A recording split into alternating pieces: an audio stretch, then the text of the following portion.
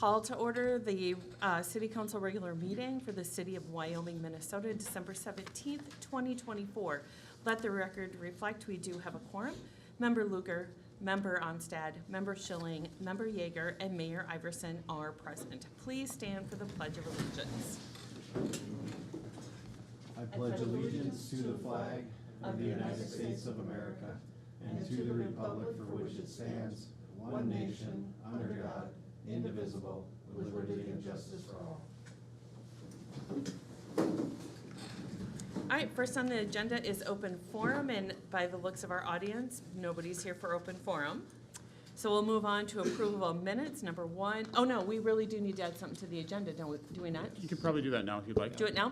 Okay, so council, after our work session, we do need to add a number 29 onto the agenda, and that would be a motion to approve digital sign for the City of Wyoming. Is that correct? Did I state that correctly? For the addition, yes, correct. Yep. Okay, all right, so we need a motion? So moved. We need a second? We have a second by Member Luger. All in favor? Aye. Aye. Opposed? So approved the addition to the agenda. All right, number one, consider approving the minutes of the regular meeting of the Wyoming, Minnesota City Council for December 3rd, 2024. If there are no comments or questions, we need a motion to approve. So moved. We have a motion to approve by Member Schilling. Do we have a second? Second by Member Onstad. All in favor? Aye. Opposed? So approved. Consent agenda is rather long. So consent agenda number 2, 3, 4, 5, 6, 7, 8, 9, 10, 11, 12, 13, 14, 15, 16, and 17. Does a council wish to pull any of those consent agenda items? Hearing none, we need a motion to approve. I'm not going to read them all over again. So we need a motion to approve consent 2 through 17. Do we have a motion? So moved. Motion to approve by Member Onstad. Do we have a second? Second by Member Luger. All in favor? Aye. Aye. Opposed? So approved. Moving right along.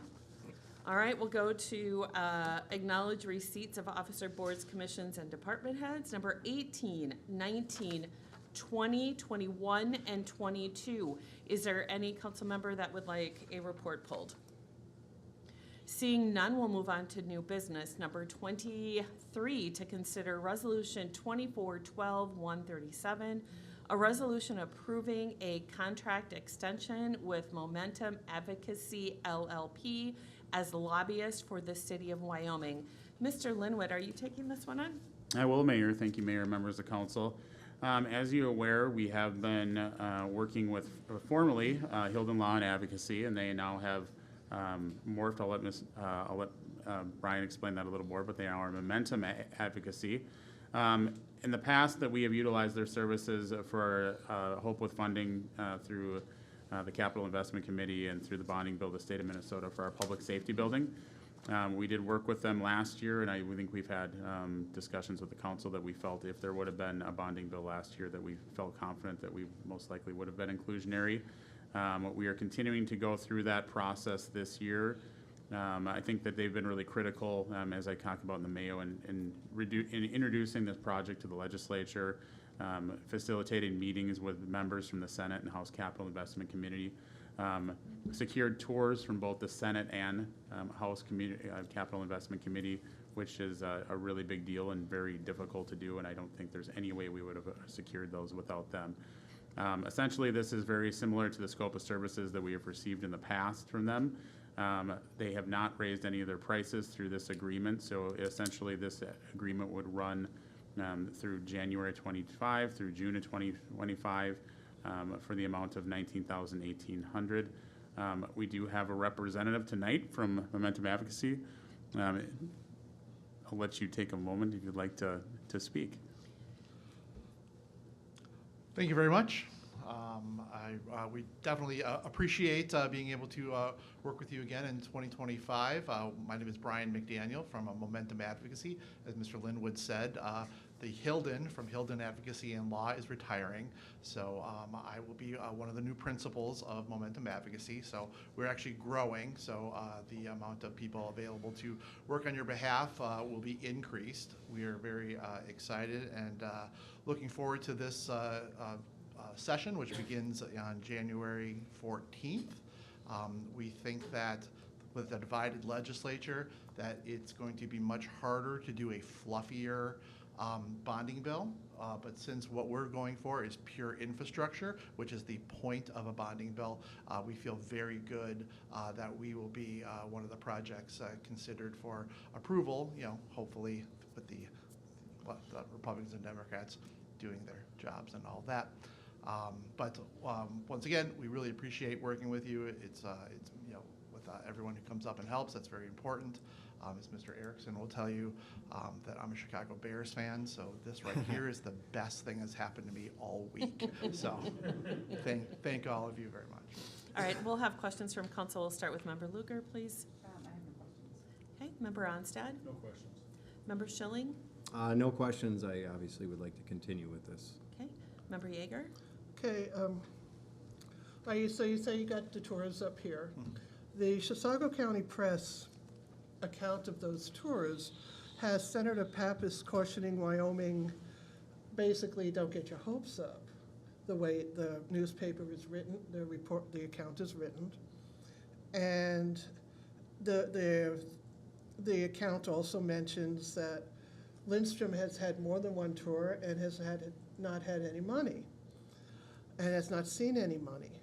So with the recent election, why are you more optimistic now than Senator Pappas or anybody else? Well, from council member, for one thing, Senator Pappas would say that to all projects. There are no guarantees. They get billions and billions more in requests than they're able to satisfy. So it's a lot of times not that the good projects get funded and the bad projects don't. It's that they are deciding between very good projects. I think the election definitely increases our chances of going forward. Under the DFL trifecta, this area is represented by Republicans. With the tie now in the House, they more than ever are going to need Republican votes, and the Republicans are going to be on an equal footing in putting together a bonding bill. So with Senator Curran and Representative Reimer, they are going to have more influence than they would have had under purely DFL control. And like I said, with the change with the divided government, there's going to be a limited number of things that they're going to be able to pass. Infrastructure projects, pure infrastructure projects, is probably the only thing that they will be able to pass when under DFL control. A lot of the bonding money was converted into cash for purposes of using for nonprofit bonding, and that really is not likely to be part of their plan for 2025. Okay, but like you said, there's a tie in the House. The Senate is still under DFL control, as is the governor. Well, with bonding, Councilmember, with bonding, it's not just a majority thing. So they will need, they need Republican votes in the House and the Senate, which they did before as well. But more what it's going to be is it's encouraging because, if you can get into the bill initially, you have a way better chance of staying in the bill. So I was encouraged last year that things were going to go well. I'm more encouraged now, and because there are so many good projects, it's just why it's so important to have council members and the mayor and Mr. Linwood up at the Capitol, fighting for this project along with us, and I'm very encouraged. I don't like to overpromise and underdeliver. That's not good business practices. And so when we say that we are encouraged, we really are. Okay, because Lakes area, they've been included in a bonding bill. They still haven't seen any money, and now the newspaper talks about them downsizing their project. I don't know how that question would pertain to the Yeah, lobbyist. I actually don't have I'm any- not sure Because- how he'd know that. Because you're so encouraged now, but this other project that's been in the queue longer, that is not going anywhere, had its more than one tour, was included in a bonding bill and has seen nothing. So how are we more encouraged for our project and this one languishes?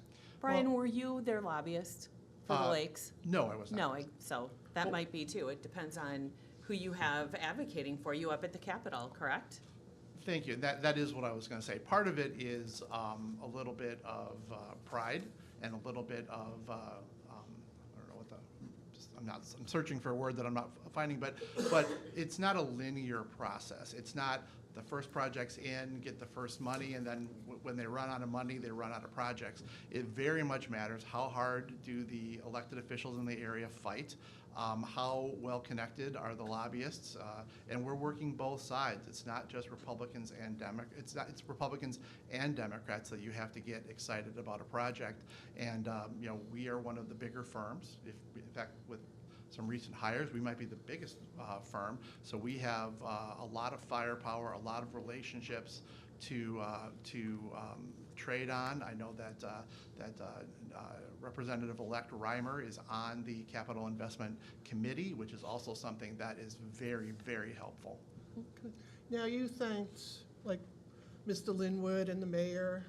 I think Mr. Councilman Armstead was doing some lobbying in D.C. Do you lead them? Are they free agents? Do you lead them? Do you suggest what they should be saying? How much? Oh, without question. As much as we love and respect everybody, we really think that it's important that we have a very strategic, very focused plan for who we're meeting with, when we're meeting with them, and what we're saying to them.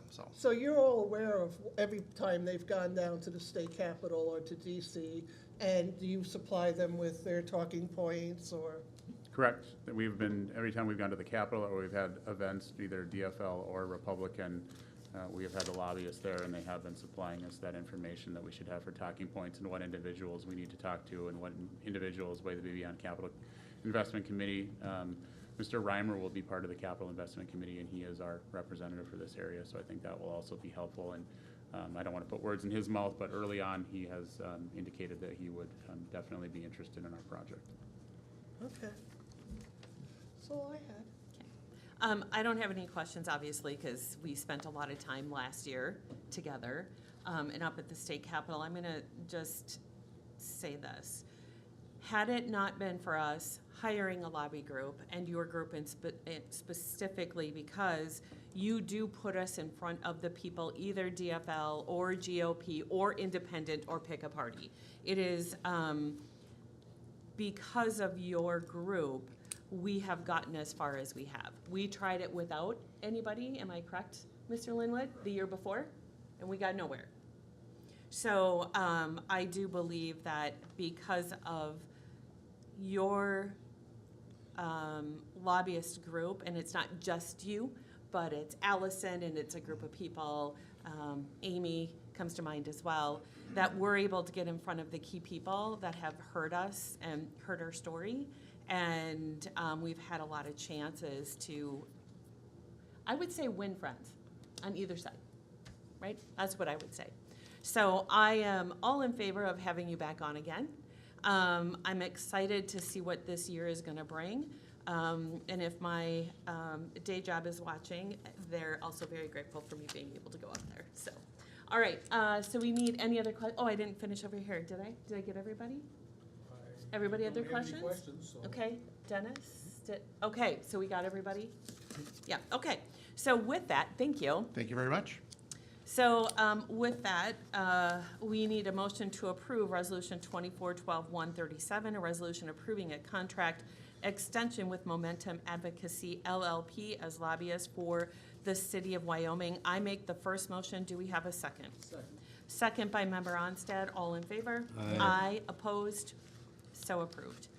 Number 24, to consider Resolution 12-24-138, a resolution approving a conditional use permit C24002, Dairy Queen location 5111 East Viking Boulevard, applicant 14 Foods, LLC owner D7 Wyoming, LLC property ID number 21.00020.00. Mr. Weck, and I'm not gonna repeat this again either, so. Right, Madam Okay.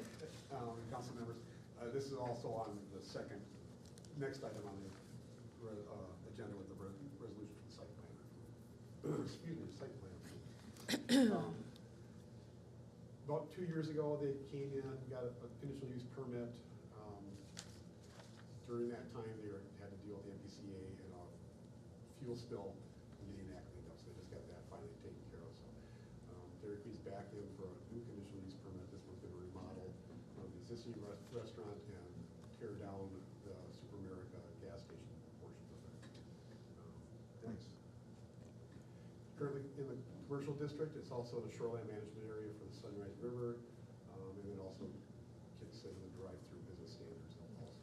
Next slide. Listing the size of the building, 2,707 square feet, the number of seats inside and outside, and parking spaces. Next slide. Talking about the lot sizes and setbacks, and all these are met. The impervious surface in the shoreline district, that's allowed to be 25% unless there's a conditional use permit approved. And right now they're at 64.1%. So CUP is required. One of the comments during the planning commission meeting was since they do have more parking than they need, to maybe add some more green space to reduce the impervious surface area. They did not make that a condition. It was something that was just discussed. So as they're revising their plans on the other conditions, or something for them to consider. Next slide. Most of the exterior will remain the existing materials. They're going to paint some of the brick side that where the gas station is will be redone. Next slide. Parking and access are going to utilize existing curb cuts. They're adding parking. And I'm not sure what needs to be entrances on there, but that's the large combined entrance with CarQuest to the south. There was some concern with the planner that maybe there'd be some, since there is no divider between two businesses, just there might be some traffic concerns, but it's also been operating like that for many years now. Next slide. Area erosion control, Forest Lake, Upper Lake Watershed District is not a part of this area, so they do not need that permit from them. We've already discussed the overlay district and the impervious surface requirements. Next. Landscaping utility plans, we have overstory and understory plantings. They're going to need some more trees. That's listed in the conditional use permit. And then also screening for structures, like their dumpster. That's also one of the conditions in the resolution. Next. So staff and the planning commission are recommending approval with the 13 conditions listed in the resolution and in the report. The applicant's next steps, if is approved, is to revise those final plans in accordance with those conditions, and then any other conditions that need to be addressed as well. Mr. Weck, I do have one memory glitch.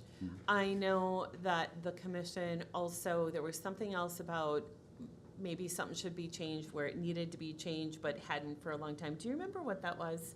It was towards the end. I believe he was talking. I believe that's the entrance area that Okay. Commissioner Lobermeyer was talking Yeah. about. So he had two things. One, we're concerned about that non-divided entrance.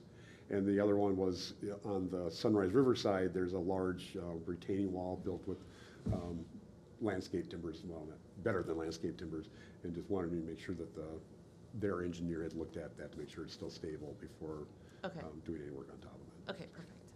I might have more questions later. So let's start with Member Onstad. I have no questions. Okay, Member Luker. Member Yeager. Okay, back in September of 2022, you were going to demolish the Dairy Queen and rebuild it. a Should new we have, one? Mr. Michaels, would you, yeah, Yeah. thank you. You were Just, you were gonna demolish it, rebuild a new one, and remodeling was a secondary option, provided that the architectural standards were relaxed. If they weren't, then it would just been remodeled. So what has happened since then that we went from building a whole new Dairy Queen with multiple drive-throughs to just simply remodeling this? Finances and the plan to bring in a coffee partner in the future.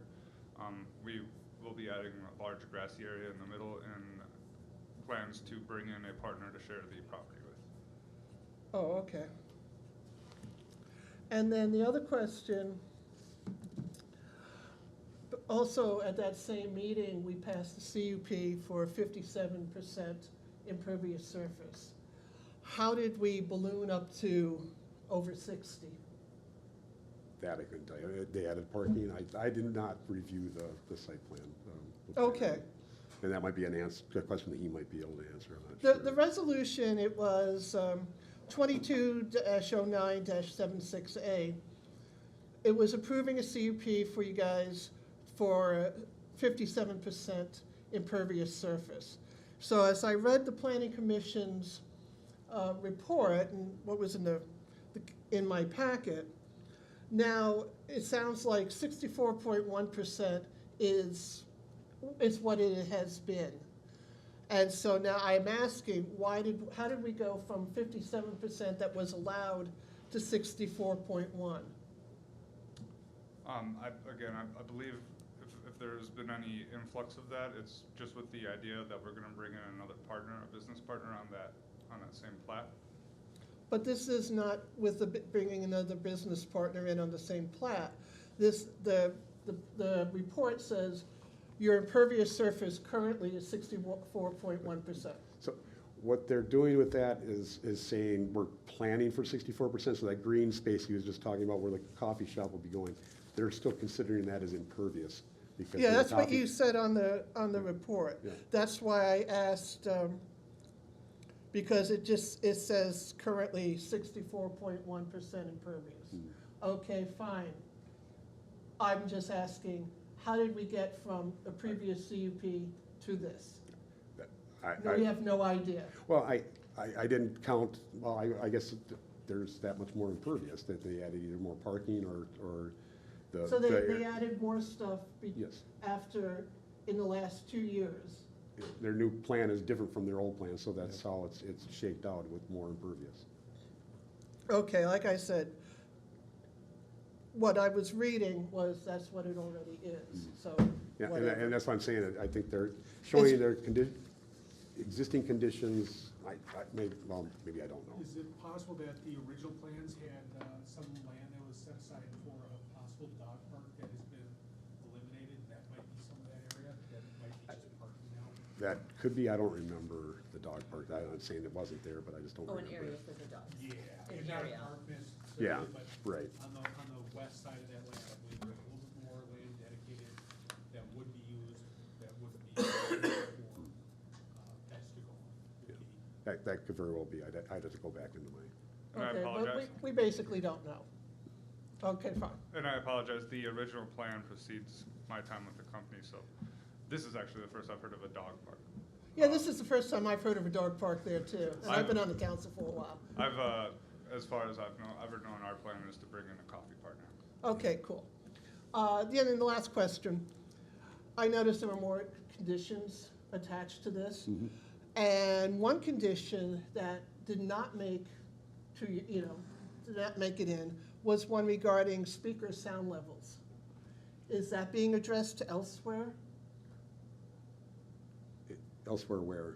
Oh, I don't know. I mean, in the We, previous. okay. In the previous site plan approval, there was a condition for, Mhm. regarding the sound levels for the your Correct. outdoor speakers in the drive-through? Well, it's already an ordinance requirement. I would have to ask the planner that wrote the report why she put it as a condition. Oh, okay, because But that it's al- was, but it's that was already a a- condition, and then conditions right now, number 5 and then 7 through 13, all seem to be new conditions that were imposed in the last 2 years. Again, it would be based on the plan that was presented last time and the plan that was presented this time and what they saw as being issues between the two.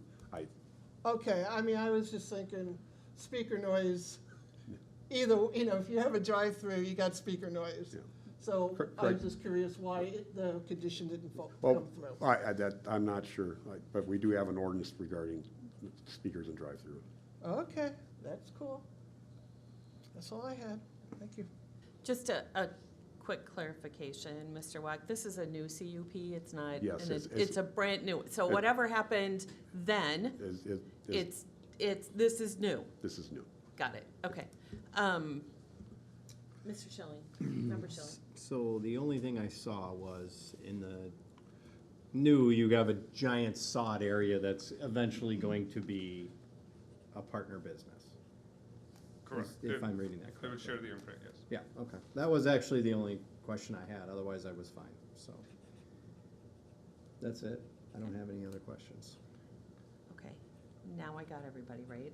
I'm losing my train of thought. Okay, so really the only thing I'm gonna say is I'm happy that there's some updates, but I will say personally that I am sad or disappointed that the double drive-through is not gonna happen. The things that were talked about earlier, because that did create a lot of buzz who does pay attention to what we do here at the city. So very sad that that's not gonna happen. I shouldn't say sad, that's emotional. Disappointed more than anything that that's not gonna happen, or that business is not coming in as well. Whatever coffee shop business that was gonna be, that isn't coming as well. So we're a growing city, it's nice to have those additional amenities, and so disappointment that that's not gonna happen. Otherwise, if there are no further questions. I do have one further question. You talk about a coffee partner and it's not going to be there now. Do you have an anticipated timeline? I believe the minutes were saying it was a Dunkin' Donuts. The planning commission minutes were mentioning that. Do you have a timeline of when you think you can get the second, Dunkin' or whatever in there? I do not have an exact timeline that I can provide to you today, but we would want to utilize the property as fast as we possibly could. So, All right. the faster the better. Okay, Mr. Weck, do we also need to go over anything for 1224-139? We just need two Two motions. motions, one for the conditional use permit, one for the site plan. Okay, so we'll move for a motion to consider resolution, I'm not gonna read it all, 1224-138, a resolution approving a conditional use permit C24002 Dairy Queen location. Do we have a motion? What? Okay, so we have a motion by Member Luker. Do we have a second? Second by Member Onstad. All in favor? Aye. Opposed? So approved. We'll do 25 to consider resolution 1224-139. I will read this. A resolution approving the site plan review, SP 24001, Dairy Queen location 5111 East Viking Boulevard, applicant 14 Foods LLC, owner D7 Wyoming LLC. Property ID number 21.00020.00. We've already talked about that. Is there a motion to approve? So moved. Motion to approve by Member Schilling. Do we have a second? Second by Member Onstad. All in favor? Aye. Opposed? So approved. Thank you. Thank you. Thank you. We'll move on to number 26, a resolution, considering a resolution 2412-140, a resolution designating the entity, what word did you mean in there? Of Fallbrook Avenue as no Entirety. parking, huh? Entirety. Entirety? Okay. Of Fallbrook Avenue as no parking. Mr. Linwood. Actually, that is going to be Mr. Reeves, correct, Mr. Reeves? Oh, Yes. yes. So there's one portion of Fallbrook Avenue that has parking remaining standing right now. The remainder of Fallbrook on the east side of the road for northbound, and on the west side of the road up to the point north of the property line, there's a section that allows for parking right now. And for safety and for particularly snow events, this is an issue for visibility for plow operators, as well as the general safety of the public and ambulance operators coming in and out of the facility, including Rosenbauer when they're test driving fire trucks. We had some internal discussions in the department about this for the sightlines and the visibility, the safety for the general public. Mark Erickson, city engineer, and I discussed this as well, and so I brought this forward to enhance the no parking area from, in the illustration, to the stop sign. So I think it'd be an addition of one no parking sign. We worked together with M Health Fairview on this in advance, and bringing this to council for the discussion and get your input and hopefully approval. Okay, perfect. Let's start with Member Schilling, please. So just the red line, we want to get rid of it there. That's Fairview employees that park there. Correct. Yep, I know that because my wife used to park there because it was closer than the other side of the building. So I'm actually fine with it because we got a redone road over there and there's no parking on the rest of it and there shouldn't be any there, so. Okay. Member Yeager? Can you show me on the map where that, because you referenced to the north property line, can you show me on the map where the north property line is? If you have the illustration up. Yeah, So the red area is the area that allows for parking currently. yeah, I know, but where's that property line that you're showing? Oh, that'd be, that's straight to the lake. This line here, sorry, is the property line. Oh, that's what I've been Yes. trying To to the- ask. To the south. Yeah, okay, fine. Okay. I've been trying to ask that for a while. Just understood it, just in the last email, it made sense. Okay, so you say it's employees parking there? Generally, yes. Generally, so it's not families or friends of ER patients? Smokers. Correct. It's what? Smokers. Yep, Oh, that's where they make them go. okay. But this isn't about smoking. This is, It is. this is about visibility and safety for the plow operators. Oh, That was okay, perfect. okay, fine. So the other question is, why wasn't this declared a no parking zone when we said everything else was no parking? If it's not about smoking and it's about safety. I don't know that. I was not here for that road project. I think originally when we did the work on this, it had been no parking. I don't think we had any real internal discussions at the time. We knew that the duration of the road had been that, and we had left that for Fairview. And I think, Mr. Erickson, I don't think there was anything in regards to the, we did some advance in government of our state aid on that. And there wasn't anything necessary for the MnDOT standards to change that. It wasn't until later on, I think, through some of the plowing operations, some of the visibility on that corner with traffic pulling out of the emergency room, with some of the ambulance traffic and having a conversation. Mr. Reeves really started, we had a conversation with Chief Bauer about it, and then also with Engineer Erickson to really talk about how this would impact that area. And then I did have conversations with the superintendent administrator of the hospital, really how that would impact them, and they didn't have any real strong feeling about it. They said essentially that there was some parking there, but they didn't have anything. They were fine. They were good partners, so we wanted to make sure that they didn't have anything where they felt strongly that there'd be an issue if we were to make that stretch no parking to match the rest of the road. So, But we just kept it as a parking just basically for Fairview, and now we have issues. I think they were There's always- identified here, Lemoore, as we went through it. Like I said, it wasn't brought up when we redid the road in '23. I think it was something that Mr. Reeves had brought up last year or had talked about a little bit last year in regards to snow plowing, how that worked when the traffic was there during the day, and if we had have issues with winter parking on there, which I think we have had some in the past. I think our previous superintendent, Mr. Olmsted, had said that could be problematic, that area. You know, I think this would be something with the change. I know Fairview is gonna do their best to communicate to employees that is, but I think Chief Bauer, I think they're gonna, if there are issues, you're gonna, you know, really, it's gonna be about education to the individuals out there. You know, we're not gonna go there and write massive, I don't wanna speak for Chief Bauer, but be writing tickets. It's really gonna be to inform and educate the public about the change in the parking in that area. Okay. All right, so, Member Luker? Member Onstad?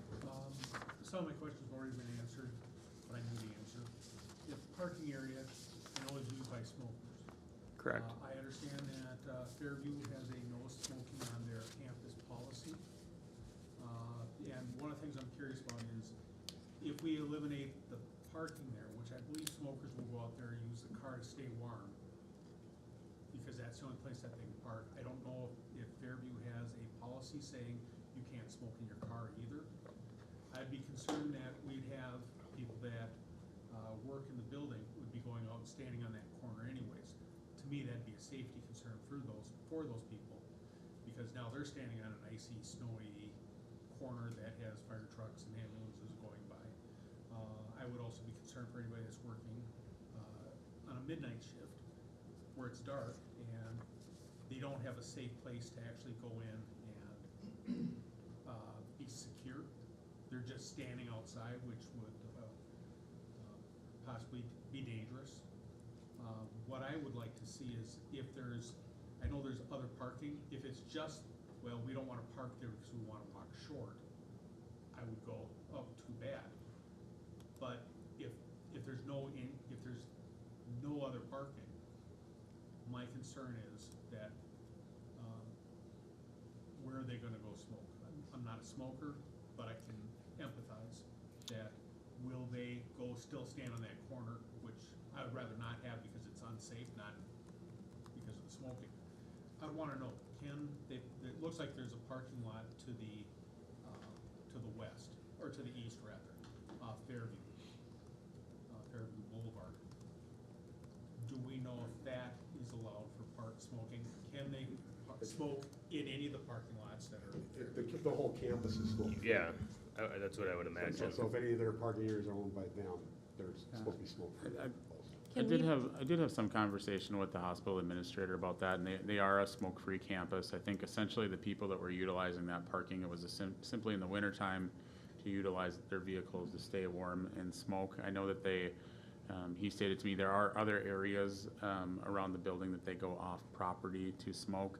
I don't know if Fairview, I don't want to speak for them if they go around, if there is an employee that's smoking in their car in the main parking lots. I don't know if they're actually going around enforcing that, and I don't know how you tell employee from member of public on that. There are areas close to that corner, as you can see the property line there, where the main doors come out. You really wouldn't, if a person individual wanted to get off quote-unquote Fairview campus, and I think that would be the northern property there. You can see it's a pretty simple crossing there where you really wouldn't have to go on the corner near the street.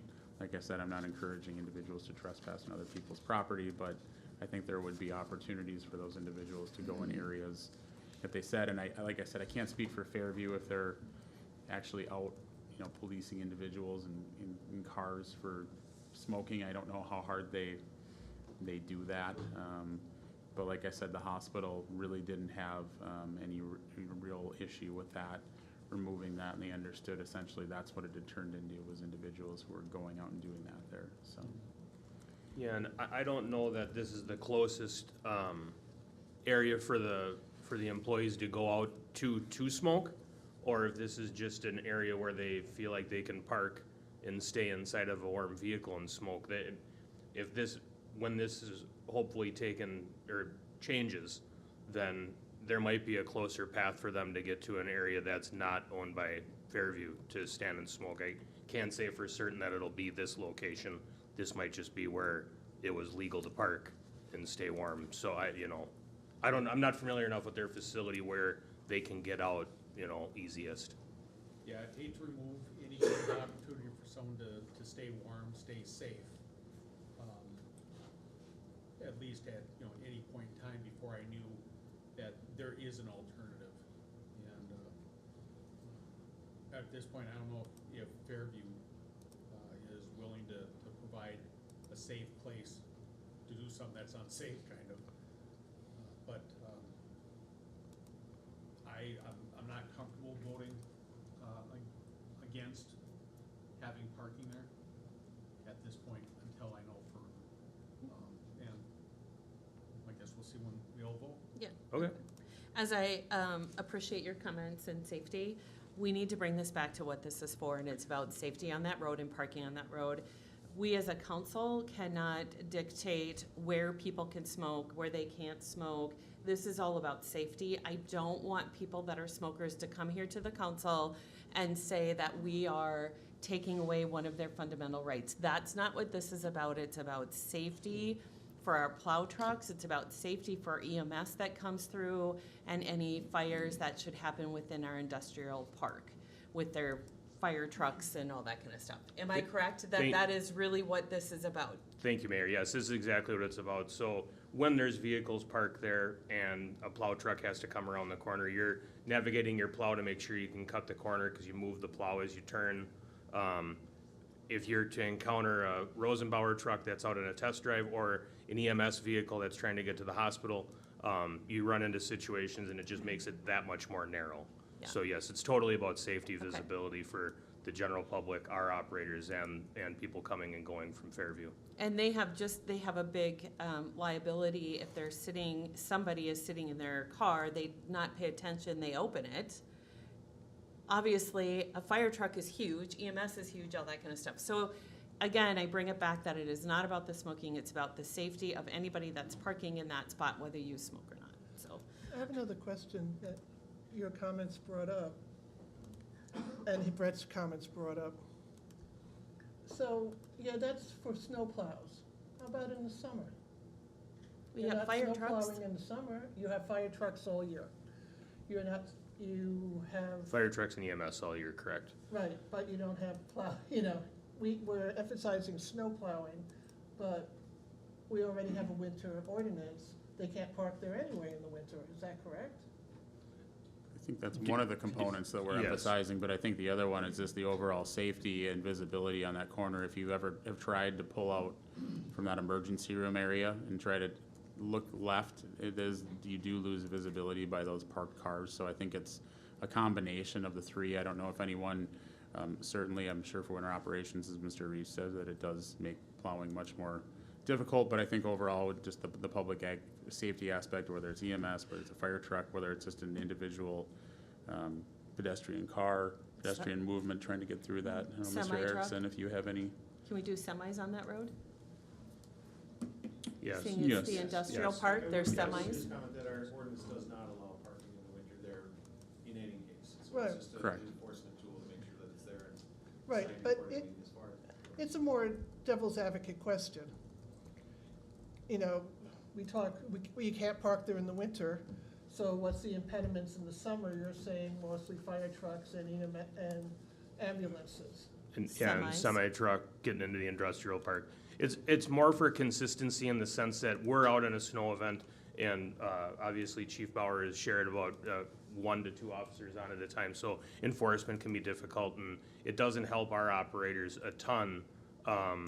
Even though the ordinance is in place, if it's not adhered to and we don't have the enforcement, somebody starts their shift. I know a lot of healthcare professionals will work 12-hour shifts. They might be unaware of what the forecast is, and all of a sudden we're getting 3 inches of snow and the vehicle's still there, and that's frustrating Yeah. for our operators. So I think just for consistency's sake, to be able to make it no parking, then it's clear. It's clear for the people that utilize that space currently legally, that is not allowed. That is one other thing we talked about with hospital administration, that just to have it go, just leave it as winter parking and we were gonna enforce it, but then to have it go back and forth and have it for one way for winter and one way for summer, that he was under the impression that it would probably cause more confusion for the individual saying, well, I thought it was fine this time of year, or I thought it wasn't fine. And just to do it straight across, make it no parking and be done with it. Cool. Then you know what to expect, then the Yeah. people know what to Expectations expect. are clear. Yep. And, I just want to thank Fairview and also Mr. Linwood and Mr. Reeves. This goes to show the partnerships that we have made throughout the years with Fairview, being able to go in and actually have conversations. And Mr. Reeve, it is to you, I think every time we have somebody new come into a position, there's new eyes. And so when that happens, we have a chance to make things safer and better within our city. So I really appreciate that, and I appreciate the partnerships that we have made, Mr. Linwood, throughout the last 8 years. All right, I will make the motion to approve Resolution 24-12-140, a resolution designating the entirety of Fallbrook Avenue as no parking. Do we have a second? Second by Member Luger. All in favor? Aye. Opposed? So approved. Number 27, to consider approval and adoption of ordinance 2024-01, an ordinance amending the City of Wyoming Code of Ordinances, Chapter 12, Businesses, Article 4? Is that 4 or is that 6? It's 4. 4? Okay, thank you. Conducting sales of merchandise or food products or engaging in similar transient commerce from a movable place of business. Mr. Wack? Oh, Mr. McFarland, great. What a fun title. Honorable Mayor and members of council, the City of Wyoming offers or issues a variety of licenses within the city, from tobacco retailing to waste hauling and mobile food units, also known as food trucks. Part of the process then for our mobile food trucks is that they need to show that they have been inspected and approved by the Minnesota Department of Health. What that means is that there's a lot of interactivity or interactions between myself and the licensing department and the representatives from MDH. In recent conversations with that representative from MDH, staff recently became aware of a change to state statute regarding mobile food units. As you're all aware, all of our licensing processes and regulations are based off of statute. It's important that we remain within the confines of that statute. So the main change specifically within state statute is with Chapter 157, Subdivision 9-1, which now states that it's going to prohibit mobile food units from operating for more than 21 days annually at any one location. So basically, if they get if they get a license and they want to operate in front of City Hall, it's 21 days throughout the calendar year. That's it. Then they're done in that location. Currently, our license for 2024 allows mobile food units to operate for periods of a week, or a day, a week, or a year, with no regulation on how long they can be at any property. So that just means that now the city code is not essentially reflecting what state statute shows there. So the item before you then is an amendment to Chapter 12, Article 4, as you stated, to better align with the requirements of Minnesota Department of Health and the related state statutes. Specifically, Section 12-205, which relates to terms. That's been updated. Section 1 and 2, no changes, but A through C then changes the term that the food truck can remain. So instead of being a year, and this is reflected in the application that is attached as well, food trucks now then can operate between one of two options, but essentially in no location for longer than 21 days. So attached then with this is the updated food truck application, and all fees that are associated with this would go through with the fee schedule in 2025, as well as a redlined version of the food truck ordinance 2024-01. Okay, Mr. McFarland, question on this. Is it the food truck, it's only when they are selling merchandise? It's not if they have a truck, they own it, it's in their place of business, their resident, whatever. It's only if they are actually having food going out and money collecting in, correct? Correct. So it'd be the operation of the food truck. Only operation, not standing still. Well, whatever, not parked. Sure. Okay, that's probably a better word for it. Fabulous, okay, thank you. Let's see, let's start with Member Yeager. Okay, so the new statute says, so I have my gourmet food truck. So I can park it, let's say at City Hall, for 21 days in the whole year.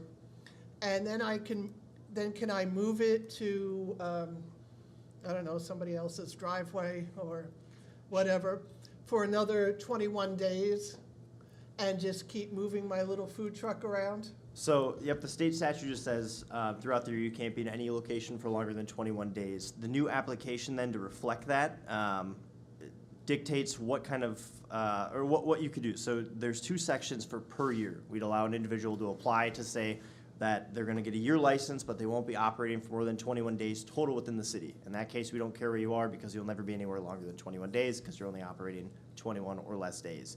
The other option is the per year license, in which case you have it for the entire year. You have to tell us every location you're going to be, and you cannot be in any of those locations longer than 21 days. All right, but I can, as long as I keep moving the food truck around, I can be in the city longer than 21 days. It's just 21 days in one location. So long as you follow the application, so you need to let us know where you're gonna be, and you also need to have approval from the business owner and supply a map of where you're gonna be. Yeah.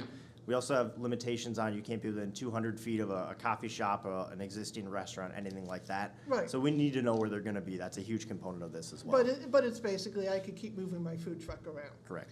So then, why do we charge for a license fee $100 less to move the food truck than we charge for keeping the food truck at one location? So the $100 more is for if you have it for the entire year and you move it to multiple locations for 21 days. So that could be you have your food truck for 365 days just in, I mean, I don't know what the math is, Okay. numerous locations. It's $100 less if you just know you're gonna operate for 21 or less days within the city at any, Okay. total locations. The way it was written, I was just curious. Sure, and that makes sense. There's been a lot of questions from staff level as well. We're expecting people to have questions on this. Okay. Member Luger? No questions. Member Onstad? I had questions too, but once I saw the fee schedule and how it was structured, it totally makes sense. Okay. Member Schilling? No questions. All right.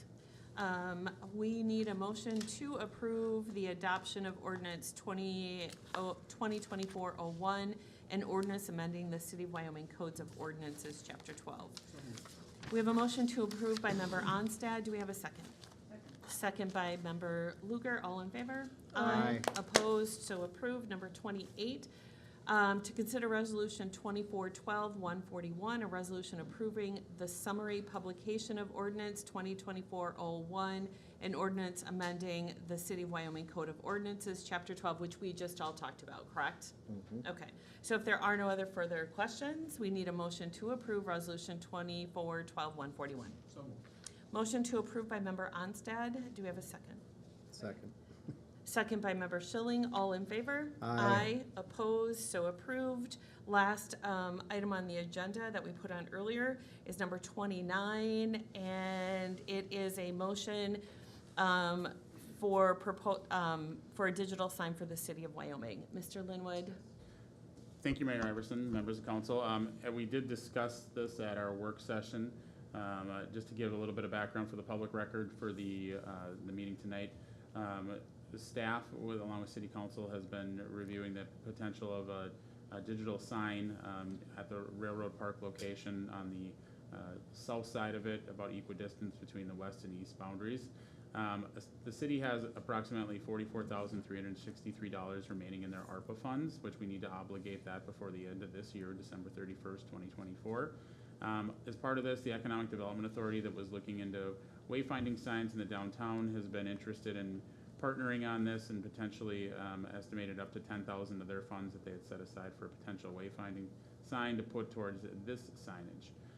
During the council work session, staff reviewed 3 different proposals that we received from sign manufacturers, one being from Albrecht Signage. This was a 10 millimeter sign at approximately $61,000. They had a second revised proposal for the same type of signage, only a 15 millimeter signage for $53,000. This signage at the 15 millimeter does not provide the resolution that a 10 millimeter would. That was one thing that we discussed with council, that would be something we would be looking for within that signage. Indico's signage provided a estimated sign with a cost of $49,942. And then lastly, we received a bid from Think Digital at a cost of $47,450 in signage. We did speak about these different signs in depth, and the council did have some questions regarding the Indigo signage, as they did look at that stylistically as a sign that they I guess did like. I was able to reach out to Mr. Russ Anderson of Indigo Signs to discuss some of the questions that council had, and I think I have some answers that I can provide you. Regarding the software for it, the software is included in part of the As part of the signage, we do receive full training. The software is a cloud-based software, so essentially it's not something we have to load up. It's an HTTPS site, we log into it, we log into our credentials. There's no annual subscription, there's no cost. So basically, when we purchase the sign, we get that software, and that's indefinite with the duration of the sign. That's called Venus Suite is what they use to run that. In regards to the warranties on it, the Daktronics sign itself has a 5-year warranty. We are able to look at warranties after that if we wanted to continue on with that. You can buy years, 2 years, 3 years, 4 years, 5 years if we wanted to do that. As part of how we talk to the sign, we do receive a 5G Verizon network on the signage. That is inclusionary. We don't pay like a monthly fee on that 5G. It's just part of the sign. We can link up to it from here. I don't anticipate that we would have any issues with that. That is just what they do. And lastly, a reminder that the design on there that they made for the city of Wyoming is proprietary and their property, and that is inclusionary on the sign if we look closely. Oh, So we would not have the ability to necessarily ask another individual, please copy this sign. okay. Yes. Okay. So in your opinion, the guts of the thing is equivalent to the other two? I would think so, yes, I would agree, that we're receiving essentially the same. It's the Daktronics versus the other one, but we're gonna have the same software and the same things Okay. that we would receive with the others, yes. I'm comfortable with that, yes. Okay, and the price of $49.9, if we had a $10,000 contribution from the EDA, whatever they were gonna spend on the wayfaring sign, plus the electrical work, that brings us I would right say- at budget? I would say that with that sign, 49,942 for easy math, we'll say 50,000. Plus, we had a high-end estimate of that 2,500 for the electrical work that need to be done. We do believe that we can probably do that a little cheaper if we can, Public Works would be so kind to work with us on trenching potentially some of that line. Absolutely. The $50,250, or excuse me, $52,500 on that. So essentially, the council has $44,363,000. We'd be looking at essentially an $8,000 contribution from the EDA on that, and they were fine up to $10,000. So I think as far as what we'd be looking at here, we'd be obligating the city's ARPA dollars remaining, which we need to do before December 31st. The EDA has expressed that. That's one thing I didn't talk about here. I briefly did, but they are comfortable making that contribution they did towards this sign, as they feel that that not only will impact the community along with some of the things that they're hoping to accomplish with that signage in the downtown. And no other city funds will be needed to accommodate this? Nope. Okay. Will we have say in that design? I think that as far as the design, I think you'll have you pretty much have it on, what is on the paper. I think that was one thing we can probably ask the council, and they had stated, like we talked about, utilizing similar blocks to what the bench seating was at the park to match that. If that's something that you're comfortable with for the base of it, and otherwise I think they can similarly use brick or different things that would, hopefully be attractive as well. And if we do have changes on that, I guess maybe that's something I should ask the council. Are you comfortable with utilizing the brick similar to what we have, or that similar brick that we have on that sitting wall, or is there something else you'd want to see? And if so, we would probably bring that back to you then for review. Well, as long as it doesn't increase the cost. Sure. Okay. I mean, Well, so basically the point tonight is to get the sign approved, dollars, right? Get it Mhm. approved. And then we will have a little more time looking at design, brick, that sort of thing, or does that have to be done tonight? I would say that based on what they presented here, that is the cost. I think if you did have any real dramatic design changes, you take that the potential could be increases in the cost of the signage. So Okay. I don't know for sure on that, but like I said, I don't We'll know how just we. go that that's what would happen. Yeah, and we can certainly ask the question if the council was not in favor, like I said, of using a similarly block base for that sign to, to build that, if there was something you really felt strongly you wanted to Yeah. see, whether it was, brick or stone or whatever that may be. That would, I guess, be the only, but I think the design as it sits would be, kind of the colors, the rendering, everything else, that would be the expectation from the city, that you're gonna provide what you gave us as that rendering. Okay. On I guess, the one they kind of photoshopped in on the ground, but it would be Yeah. in that Yeah. location, and the other one where they really show the dimensions Yeah. and what the colors of it, that's gonna be what Okay. they're installing. Okay. So, Member Yeager, any other questions that you had? Okay, Member Schilling, any questions? No questions. Okay, Member Onstad, No questions? Member Luger. Also, Okay, so we need a motion to approve, help me with the language, Mr. Linwood. Yes. Indigo sign, Indigo signs, yep, for the, amount of 52.5. well, I would say Indigo signs for the cost of $49,942.77, along with an allotment for electrical work at $2,500. Okay, so ditto that is that fine? Can I say ditto that? Okay, fine. I'll make the motion to approve. Do we have a second? Second by Member Luger, all in favor? Aye. Opposed, so approved. This time we'll go to council reports, and we'll start with Member Yeager. Let's see, I attended the tree lighting ceremony, I attended the 5:30 work session, and thank you all for watching, and hope you all have a really great holiday season. Okay, and Member Luger? I also attended tree lighting. It was great, it was well attended, so huge thank you to businesses and city admin staff, public works and public safety. I also attended the North Lake Sewer Commission meeting last night, as well as the 5:30 work session tonight. Okay, Member Onstad? I attended the tree lighting, and I'd like to thank everybody that came out, and I'd like to thank Mother Nature for giving us such a beautiful night. And I attended the work session prior to this, and I believe that's it. Perfect. Mr. Schilling? I also attended the tree lighting. It was absolutely packed. It was great. The weather was nice. It was a great atmosphere. I would like to give an extra shout out to Public Works. You guys did an amazing job on all those lights and all the businesses that contributed, basically echoing Claire's comments, but also attended the work session prior to this, and thank you for those watching, and have a great night. So I'm going to say everything that you guys said as well. The big thing is next door had a very long post, and it was probably 30 wonderful comments about how great the tree lighting was, how beautiful it is, how people need to come and walk through it at night. It was just wonderful comments. So I thank everybody for their hard work, and also for all of our residents who have come out. I can't guess how many people were there, but it was one of our larger, I think, events in its 8th year. So also thanks to Public Works, because when you guys are putting that up, it was 40-mile-an-hour winds, and it was like 100 below zero.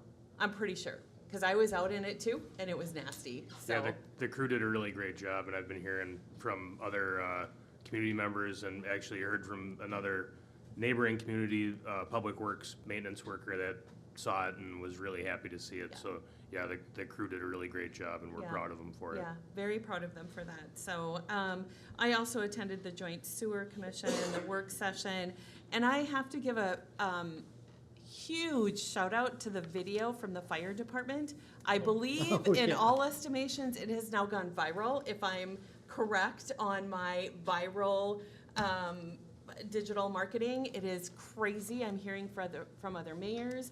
I am hearing from friends. I am hearing from people I haven't heard from in forever. And I think, Rob, you were talking about 5 million views or something. I think it was at 500,000 views today, but it's probably a lot more. Yeah. At this point, I think that was this morning. Yeah, so Very nice job. good job to them, and anything that puts us in that positive light that people are talking about is amazing. So thank you to you for your leadership, and also to the whole fire department and what they did. It was funny. My husband laughed. It was funny. So other than that, I wish everybody a Merry Christmas, Happy Holidays. January 7th is our next meeting, and I believe we swear in people. All right, so that'll be a very big night at that time. So thanks, everybody. We need a motion to adjourn. We need a second. Anybody? You guys want to stay here? Second. I think staff is ready to stay. I don't know. Yeah, okay, we need a Second. second. We got a second.